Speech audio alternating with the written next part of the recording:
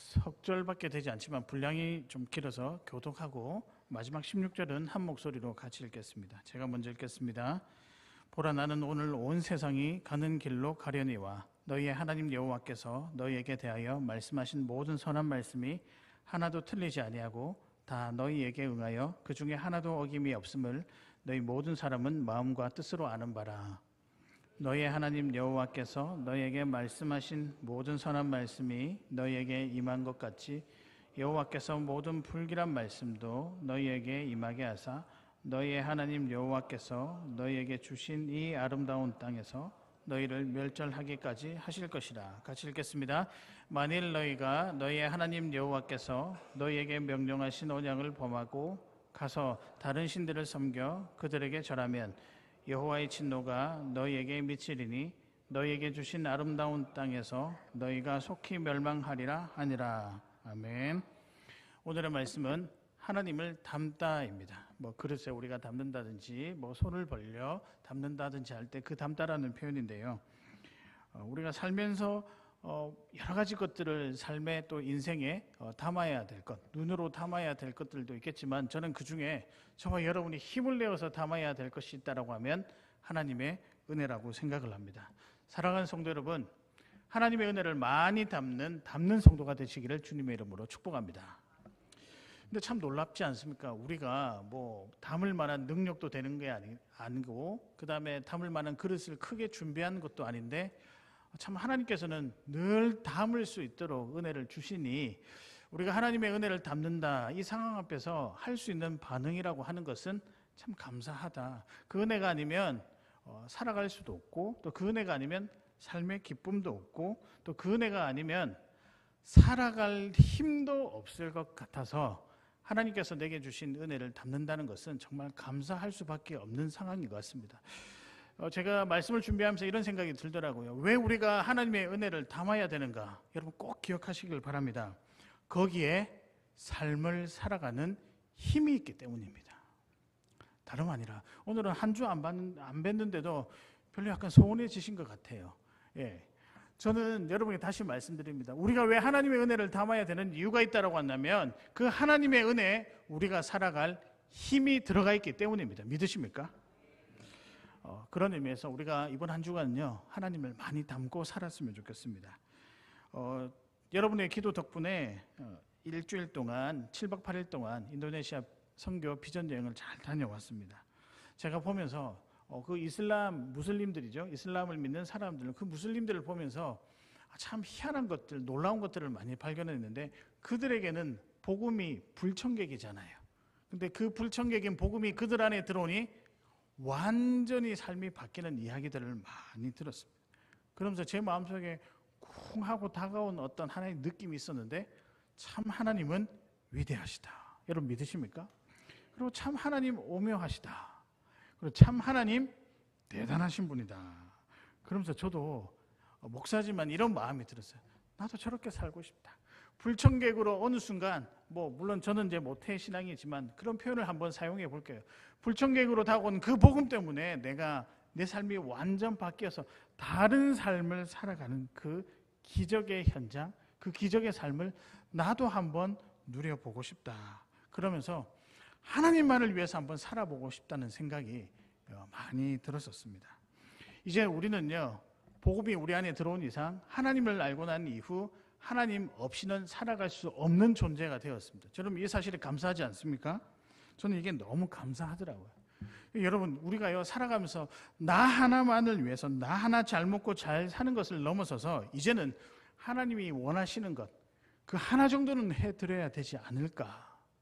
그게 여러분의 삶을 움직이게 하고 여러분의 삶에 기쁨이 있게 하고 여러분의 삶에 행복이 있게 하고 여러분 삶의 발걸음에 힘이 있게 한다는 것을 저는 확신합니다. 그런 의미에서 오늘 저와 여러분이 하나님을 닮기 위해서는 도대체 그 하나님이 어떤 하나님인지 오늘 여호수아가 고별 설교하는 그 내용들을 가지고 저와 여러분이 하나님은 누구신가 이 질문으로 하나씩 살펴보고자 합니다. 오늘은요 설교를 제가 그동안 하지 않았던 약간의 간증을 좀 많이 섞어서 설교를 해보고자 합니다. 그리고 조금 시간이 촉박한 관계로 좀 속도를 내도록 할 테니까 여러분 잘 들어보시길 바랍니다. 하나님은 누구신가? 특별히 오늘 여호수아서 본문에 나온 그 하나님은 어떤 하나님인가? 첫 번째입니다. 하나님은 항상 옳다입니다. 좀 더 바꿔서 말씀드릴까요? 항상 옳으신 하나님. 단 한 번도 틀리신 적이 없는 분이 저와 여러분이 믿고 있는 항상 옳으신 하나님이십니다. 믿으십니까? 그 세상에 그 어떤 존재도 항상 옳은 것을 흉내낼 수도 없고 그렇게 살 수 있는 존재가 아무도 없습니다. 오직 유일한 분, 살아계신 하나님만이 항상 옳으십니다. 그 하나님 항상 옳으시니까 때론 여러분의 생각이 틀려도 안심하시고 다시 그 하나님과 동행하시는 귀한 여러분 되시기를 주님의 이름으로 축복합니다. 14절에도 나오고요, 15절에도 나오는데 같은 표현이 등장합니다. 내 모든 선한 말씀이 하나도 틀리지 아니하고라는 표현이 나옵니다. 여호수아가 그의 삶 속에서 경험했던 그 하나님을 한 문장으로 표현했는데 그 하나님은 어떤 하나님이냐? 틀리지 아니하신 분이다. 다르게 이야기하면 항상 옳으신 하나님이시다. 여러분, 사실 누군가의 말이 옳고 누군가의 생각이 옳다라고 할 때는 내 생각이 옳지 않다 또는 내 생각도 틀릴 수 있다는 것을 전제하고 이야기를 하는 거예요. 그렇지 않습니까? 뿐만 아니라 나의 부족함을 저 사람이 말하는 것에 비해서 내가 나의 부족함을 인정하고 저 사람이 말이 맞을 수 있겠다라고 하는 나의 연약함을 인정하는 말이기 때문에 누군가가 옳다라고 하는 것은 굉장히 쉬운 일이 아닙니다. 여러분 생각해 보십시오. 여러분, 우리가 소위 말하는, 좀 죄송한 이야기지만 잘난 맛에 살아왔는데 누가 그 잘난 맛에 살아온 나를 향해서 이것보다는 이게 더 낫지 않을까요? 내 생각이 옳은 것 같습니다 라고 하면 어떻습니까? 선뜻 당신 생각이 참 옳아 보입니다 라고 생각을 할까요? 아니에요. 나도 옳은데, 나도 괜찮은데, 나도 정확한 판단할 줄 아는데, 나도 사리 분별을 정확하게 할 줄 아는데 어떻게 당신의 말이 옳다라고 할 수 있을까? 근데 이런 사람과의 관계 속에서 가지고 있는 이 고집스러운 입장을 소위 말하는 하나님께도 우리가 늘 똑같이 대하고 있다는 거죠. 하나님은 우리에게 길을 제시하십니다. 옳은 길을 제시하십니다. 그런데 우리의 반응은 아니요, 하나님, 그거 아닌 것 같아요. 그거 좀 잘못된 것 같아요. 아이고, 하나님의 계산법이 오늘은 실수하신 것 같네요. 그럼에도 불구하고 요동치 아니하시는 그 하나님을 향하여 원망하기도 하고 불평하기도 한다는 거죠. 심지어는요, 내 뜻대로 살고 싶어서 하나님의 수많은 메시지 앞에서도 무시하며 살아가는 것이 우리들의 삶입니다. 근데 여러분, 시간이 조금만 지나보면요, 단 1분만 지나보면요, 내 생각에 허점이 많다는 것을 느끼게 될 것입니다.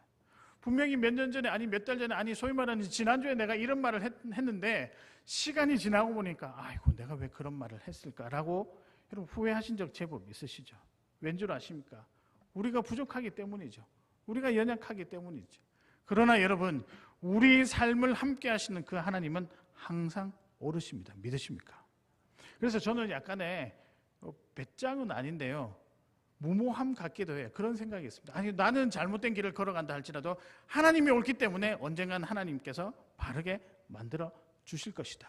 물론 이제 듣는 귀는 또 열린 마음은 가지고 있어야 되겠죠.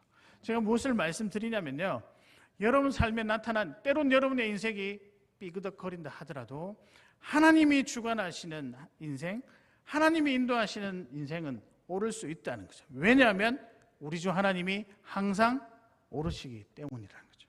믿으십니까? 저는 사실은 일반학과를 전공을 하고 나중에 세상의 경험을 많이 얻어서 직장생활도 해보고 난 다음에 신대원을 가려고 했었습니다. 이유는 간단했죠. 그게 조금 편해 보이기도 했고, 또 제 마음속에 그때도 제가 좀 굉장히 순수하고 착했나 봐요 라고 이야기하시면 웃으시는 분은 어떤 분이시죠? 여튼 저는 그런 마음이 있어서 뭐라고 해야 될까요? 좀 성도들의 삶을 조금 더 이해하기 위해서는 세상의 경험이 필요하지 않을까. 직장생활 하시면서 힘드시기도 하고 자녀들 키우는 그 문제들 그냥 간단한 문제는 아니잖아요. 그래서 좀 더 많이 이해를 하고 제가 신대원을 가고 싶었습니다. 경험을 쌓는 일이 가장 옳은 방법이라고 생각을 했습니다. 근데 어쩌면 좀 생각을 해보니 혹시나 목회에 대한 부름을 받았음에도 불구하고 제가 싫어서 피할 구멍 하나쯤은 내놓지 않을까, 그런 마음에서 그런 선택과 그런 변명, 그런 생각을 했는지도 모릅니다. 근데 여러분, 하나님은요 처음부터 제게 신학을 공부하게끔 인도하셨습니다. 그래서 제가 발버둥 치려고 학교 휴학도 내고 소위 말하는 난리를 쳤습니다. 그럼에도 불구하고 하나님은 제자리로 돌아와서 그 길을 처음부터 탁탁탁 진행시켜 가게 하시더라고요. 그래서 제가 막 따졌거든요. 하나님, 제가 뭐 나쁜 의도로 하는 게 아니라 성도들의 마음을 이해하고 싶어서 그들의 삶에 좀 들어가서 경험한 후에 목회를 하겠다고 한 게 뭐가 그렇게 잘못되었습니까? 근데 제가요 다시 신학을 공부하면서 이제 목회를 하면서 말씀을 보면서 깨달은 게 하나가 있습니다. 경험이 이해를 만드는 게 아니고요, 사랑이 이해를 만들더라고요. 굉장히 중요한 것 같아요.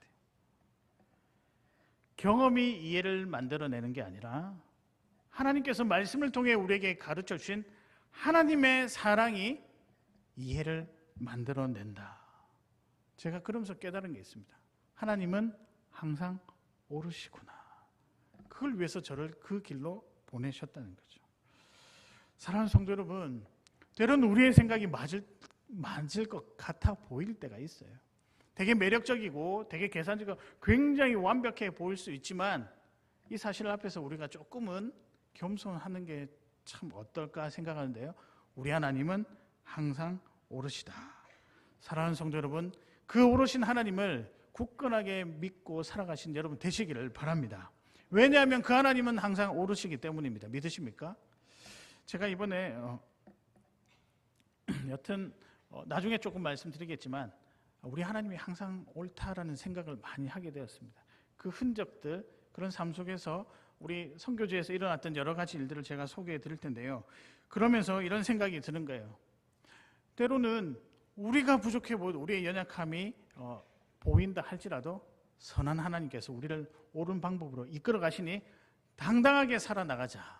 전 여러분에게 이 메시지 꼭 전달하고 싶었습니다. 여러분, 우리 하나님 오르시니 당당하게 살아가시는 귀한 여러분 되시기를 또 한번 축복을 드립니다. 하나님은 누구신가? 두 번째입니다. 우리 하나님은요 항상 신실하시다라는 사실입니다. 우리 하나님을 향한 어떤 설명을 붙일 때 우리가 해야 될 고백, 여호수아가 고백하고 있는데요, 그 하나님은 항상 신실하시다. 즉 약속을 한번 하셨으면요, 새끼손가락 걸고 하셨으면 한 번도 어기신 적이 없는, 기억하시고 이루시는 분이 우리 하나님이시라는 사실입니다. 오늘 본문은요 여호수아의 고별 설교입니다.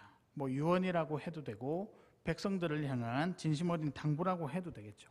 근데 그 내용의 핵심이 뭐냐? 요겁니다. 하나님은 한 번도 나를 실망시킨 적 없으시다. 다르게 바꿔서 이야기하면 우리 하나님은 항상 신실하시다. 그런 것 같아요. 말씀을 보아서도 그렇고 저와 여러분의 삶을 보아서도 하나님은 우리에게 약속하신 것 한 번도 허투루 여기신 적이 없고 진심을 다해서 이루시고 살아가시는 분이십니다. 여러분 14절을 한번 읽어보겠습니다. 보라, 나는 오늘 온 세상이 가는 길로 가려니와 너희의 하나님 여호와께서 너희에게 대하여 말씀하신 모든 선한 말씀이 하나도 틀리지 아니하고 다 너희에게 응하여 그 중에 하나도 어김이 없음을 너희 모든 사람은 마음과 뜻으로 아는 바라. 근데 무슨 말인지 잘 모르겠죠. 그래서 제가 세 번역으로 다시 한번 읽어드리겠습니다. 세 번역으로 읽어보니까요, 나는 이제 온 세상 사람이 가는 길로 갈 때가 되었습니다. 이게 무슨 말이냐면 여호수아가 이제 인생이 다하여서 모든 사람이 죽는 것처럼 자기도 이제 죽음이 임박했다라는 그런 표현입니다. 당신들은 주 하나님이 약속하신 모든 선한 말씀 가운데 이루어지지 않은 것이 하나도 없음을 당신들 모두의 마음과 모두의 양심 속에 분명히 알고 있습니다. 이미 봤다는 거예요. 경험했다는 거예요. 우리도 여러분 그렇게 경험하고 있죠. 하나님이 우리의 약속에 신실하시다는 걸 알고 있습니다. 그 가운데서 한 말씀도 어김이 없이 다 이루어졌습니다. 그러니까 여러분들에게 의심하지 말고 끝까지 신실하신 하나님을 믿으라라고 하는 것이 오늘 여호수아서의 그 고별 설교의 내용의 핵심입니다. 당연하죠. 홍해를 건널 때도 여호수아는 그 현장에 있었습니다. 40년 광야 생활할 때 굶어 죽지 않게 역사하셨던 만나와 메추라기와 심지어는 목마를 때 물을 허락하셨던 것을 보았습니다. 뿐만 아니라 너무 추울 때 춥지 않도록, 더울 때 너무 덥지 않도록 구름 기둥과 불 기둥으로 40년 내내 하나님이 한결같이 인도하신 것을 보았습니다. 뭐 기술하지 않아도 본 것을 나열하면 얼마나 많겠습니까? 생각한 거죠.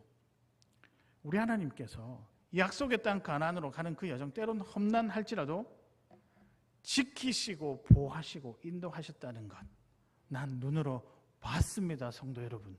그러니 제가 여러분들에게 한마디 합니다. 저는 이제 죽을 때가 다 되었지만 하나님은 살아계시고 하나님은 신실하시고 약속을 반드시 이루시는 분이시니, 그 다음에 15절 16절에 뭐라고 나오냐면 배신하지 마십시오, 이렇게 내용이 연결되는 겁니다. 사랑하는 성도 여러분, 하나님 한번 약속하셨습니다. 여러분의 자녀를 향한 약속도 하나님 하셨습니다. 믿으십니까? 여러분의 삶을 향한 구원의 약속도 분명히 하셨습니다. 그러면 우리 하나님은요, 기억하시고, 우리는 때론 까먹을 수도 있겠지만 기억하시고 반드시 이루시리란 분을 여러분 꼭 마음에 담으시길 바랍니다. 이번 선교 여행 중에 와길이라고 하는 지역을 저희가 방문을 했었습니다. 이 지역은요, 이슬람이 매우 강한 지역이었습니다. 처음부터 교회를 세우는 것은 뭐 꿈도 꿀 수 없었고요. 심지어는 뭐 성도들도 몇몇이 있기는 했지만 그들도 차별을 받았던 그런 상황이었습니다. 인도네시아에 가게 되면 교회를 통하여서 복음을 전하는 일은 불가합니다. 서로 종교 간에 포교 활동을 하는 것은 불가하나 한 가지 방법이 있거든요. 교육기관을 통하여서 채플 시간을 통해서 복음을 전하는 것은 마음껏 할 수 있었습니다. 그래서 이 와길이라는 지역에 교회를 처음부터 세울 수 없었으니 유치원을 세우고 중학교를 세워서 거기에 있는 아이들에게 복음을 전하기 시작했었습니다. 근데 여러분, 이 지역이 얼마나 어려운 지역이었냐 하면요, 처음에 유치원을 세웠을 때도 이슬람 조폭들이 몰려와서 불을 지르기도 하고, 제가 2012년도에 갔었을 때 유치원 건물이 멀쩡했었는데 2013년에 또 가니까요, 불태워져서 없더라고요. 그리고 어떤 때는요, 막 주변 사람들이 와가지고 막 집기리를 부수고 신앙생활을 방해하고, 심지어는 학교에서조차 복음을 전하지 못하도록 방해하는 일들이 많았었습니다. 그때 섬겼던 목사님이 지금은 다른 지역으로 가셨는데 그렇게 기도했다고 합니다. 하나님, 이 지역에, 이 강팍한 지역에 교회를 세워 주시옵소서. 근데 그 약속을 하나님과 하고, 하나님께서도 분명히 그런 확신을 주셨대요. 교회를 세우겠다. 근데 자기가 열심히 했는데 안 되는 거예요. 그래서 이 하나님의 약속이 때로는 희미해져 가는구나라고 생각하면서, 물론 어떤 이유였는지 모르겠는데 여튼 그 목사님이 다른 지역으로 갔습니다. 그를 이어 새로운 목사님이 오셨습니다. 근데 이 목사님은요, 여기 이 지역에 오기를 꺼려했고, 심지어 교단에서 가라고 했었을 때도 막 반하고 선교사님들에게 나는 갈 수 없다라고 이야기를 하면 뭔가 불편한 상황이 있었습니다. 그럼에도 불구하고 이곳에 부임을 하여서 교회를 세우고자 하는 그런 것들을 하나씩 준비해 갔습니다. 참 놀라운 것은요, 이분이요, 인도네시아 주류 종족이에요. 그 마을 사람들도 같은 종족이었는데 그 사람들의 문화를 정말 잘 이해하는 거예요. 이해하고 하면서 시간이 지난 이후에 교회를 세울 수 있었습니다. 인도네시아에서 교회를 세우려면요, 주변 사람들의 100% 사인이, 동의가 필요하거든요. 근데 이분이 같은 종족 사람이고 친밀한 관계를 맺으면서 교회를 세웠다. 제가 이번에 가보니까 교회가 그 지역에서 제일 랜드마크, 제일 좋은 건물이더라고요. 하나님이 이렇게 역사하시더라고요. 그러면서 그분께서 뭐라고 하냐면, 이미 나 이전에 목사님과 했던 하나님과의 약속, 여기 성도들과 하나님과의 약속을 하나님은 잊지 아니하고 나를 통하여 그것을 펼쳐내셨습니다. 그러면서 이렇게 이야기하신 거예요. 하나님은 신실하시다. 여러분 믿으십니까? 그 하나님은 신실하신 분이십니다. 우리와 하신 약속을 결코 잊지 않고 응답해 주시는 그분이십니다. 여러분이 가정을 위해 기도하시잖아요. 자녀를 위해 기도하시잖아요. 교회를 위해 기도하시잖아요. 때로는 그 자녀들이 속썩일 수도 있고, 때로는 그 자녀들이 이전에는 열심히 믿었다가 좀 멀리 떨어져 있어서 속상하신 분들 있으시잖아요. 그러나 여러분 기억하십시오. 그 하나님께서 그 자녀를 향한 약속은 잊지 않고 계십니다. 언젠가는 돌아옵니다. 제가 그냥 여러분에게 위로 드리려고 한 말이 아니라, 때로는 그 과정이 흐릿하기도 하고, 때로는 그 과정이 너무 진척이 없어서 하나님이 약속을 잊어버리셨는가 생각이 될지언정, 그 하나님은 기억하고 계시다는 것이죠. 반드시 이루십니다. 이번에 같이 갔던 집사님과 대화를 하면서 그런 기도 제목을 이야기를 하시는데요. 저도 제 마음속에 제가 말해놓고 너무 놀랐는데요. 그분이 늘 남편이 예수 믿기를 위해서 기도했었습니다. 근데 저도 제 마음에 제가 말하고 나고 되게 멋져 보였어요. 제가 뭐라고 이야기했냐면, 집사님 그 기도 하지 마십시다. 그건 놀라시는 거예요. 대신에 이렇게 기도하면 어떨까요? 남편이 언젠가 이 선교 여행에 곧 같이 동참할 수 있도록 기도하시는 게 어떨까요?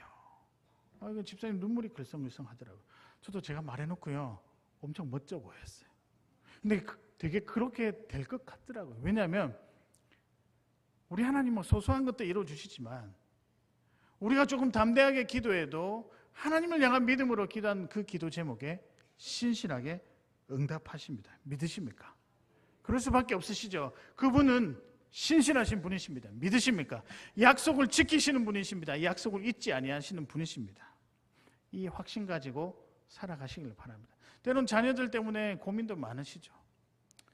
엇나가기도 하고 뭔가 여러 가지 상황 때문에 좀 멀어져 있어서 마음 쓰이기도 하죠. 근데 여러분, 우리 같이 기도하자고요. 그 신실하신 하나님 다시 믿고 끝까지 한번 기도하자고요. 그렇게 할 때 우리 하나님의 은혜를 충분히 담을 수 있을 거라고 생각을 합니다. 신실하신 하나님과 동행하시는 귀한 여러분 되시기를 주님의 이름으로 축복합니다. 마지막입니다. 어느새 마지막까지 왔습니다. 우리 하나님은 누구신가? 마지막은요, 하나님은 우리를 끝까지 사랑하신다입니다. 하나님은 처음부터 우리를 끝까지 사랑하시는 분이십니다. 그러니까 여러분요, 무기력하고 지치고 힘들 때 무너지지 마십시오. 그 사랑의 힘은 굉장합니다. 한번 경험하면요, 결코 무너질 수 없을 정도로 여러분의 이 다리에 믿음의 뿌리들을 온전히 내리고 있음을 여러분 분명히 알게 될 것입니다. 사랑하는 성도 여러분, 하나님은 우리를 끝까지 사랑하십니다. 믿으십니까? 여러분 옆에 분들과 한번 이렇게 인사하겠습니다. 하나님은 당신을 끝까지 사랑하십니다. 네, 우리 함께 읽은 본문 15절 16절에 관한 메시지가 여기서 나왔는데요, 사실 읽어보면 사랑과 거리가 먼 여호수아의 고백입니다. 경고입니다. 경고. 이렇게 살지 마십시오. 이렇게 살면 정말 큰일 날 수 있으니 끝까지 믿음으로 견디십시오. 신앙의 선배로서 후손들에게 해주고 싶은 간절한 마음을 담았죠. 근데 여러분, 이건 반대로 이해를 해야 된다. 반대로 해석을 해야 된다는 거죠. 불신앙과 불순종의 죄 가운데 사는 사람들에게 심판이 반드시 임하겠지만, 이 여호수아가 말을 하는 이 시점에는 심판이 임했을까요? 임하지 않았을까요? 현재로는 임하지 않았다는 거예요. 여호수아가 이 부분을 염두에 두고 이야기를 합니다. 당신들이요, 우리 성도님들이요, 우리가 언젠가는 불순종과 불신앙의 죄 앞에서 심판을 받을 때가 있지만 지금 아직 시간이 남았으니 다시 한번 돌아오십시오. 그렇게 제가 말씀드릴 수 있는 근거가 있는데, 하나님은 여러분을 끝까지 사랑하시기 때문에 지금이라도 돌아오십시오라고 설명하는 부분이 이 부분입니다. 그래서 어떻게 하라고요? 여호와의 진노를 피하라. 이것이 하나님의 진짜 의도이고, 그래서 하나님이 때로는 우리 삶 가운데 기다리고 인내하시라고 하는 명령을 우리에게 주신 이유가 다름 아니라 그분의 사랑으로 그렇게 할 수밖에 없기 때문이라는 거죠. 여러분, 사랑은 위대한 것 같습니다. 사람은요, 그 사람에 대한 이해뿐만 아니라 그 사람을 기다릴 줄 알고요, 그 사람을 넉넉한 마음으로 품을 수도 있는 것 같아요. 고린도전서 13장 7절에 사랑장이라고 그러죠. 사랑은 모든 것을 참으며 모든 것을 믿으며 모든 것을 바라며 모든 것을 견디느니라. 하나님의 인내, 또 성경에 나오는 인내가 어디에서 출발할까? 하나님의 사랑에서 출발하죠. 너무 사랑하는 것을 좋아하시길래 하나님께서는 우리를 인내하고 기다리고 계십니다. 우리가 이제 어르신들 신방을 조금 하면, 장년들 신방을 하면 대부분의 신방하면서 내어놓으시는 기도 제목이 자녀에 대한 기도 제목입니다. 근데 꽤 그런 이제 시대가 점점 흐르면서 신앙을 멀리한 이제 자녀들이 많더라고요. 예전에는 열심히 신앙생활을 했는데 지금은 많이 멀어졌어요. 속상해요. 그래서 제가 왜 그렇게 멀어지셨어요? 라고 물어보면 대부분이 교회에서 상처를 많이 받았다는 거예요. 목회자로부터 상처를 받고 또 권위자로부터 상처를 받고 여러 가지 주변 성도들로부터 상처를 받았고, 근데 뭐 그 내용들은 다양하죠. 근데 어릴 때다 보니 소화해낼 만한 힘도 없었고 또 그런 상황도 아니었고, 그리고 가만히 놔두고 좀 시간이 지나면 괜찮아지겠지라고 했던 상처가 너무 커버려서 어쩔 수 없이 선택한 것이 교회를 떠난 것이 아닌가, 저는 그렇게 생각이 되더라고요.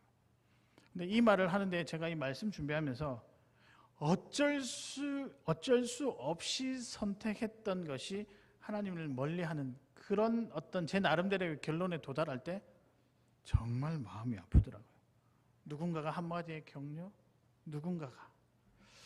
그러면 여러분 이쯤 되면 우리가 이런 생각이 들겠죠. 그럼 이 자녀들은 이미 하나님과 이제는 돌이킬 수 없는 관계가 된 그런 상황인가? 여러분 어떻게 생각합니까? 근데 그렇게 생각할 수도 있을 것 같아요. 왜냐하면 기도해도 지금까지 십수년을 기도했는데 변화가 없는 것을 봅니다. 저는 그럴 때 좀 하나님이 조금 야속하기도 해요. 물론 제가 그분들에게 직접적으로 미안한 마음을 가질 필요는 없지만 아쉽고 안타까운 마음에서 또 기도하는 마음으로 이 말씀은 꼭 드리고 싶습니다. 저도 아직까지 앞을 모르지만 그냥 그 하나님이 그런 분이라는 사실을 막연하게 아니 믿음으로 받아들였으면 좋겠다는 생각을 하는데요. 하나님은 끝까지 그 자녀들도 사랑하십니다. 믿으십니까?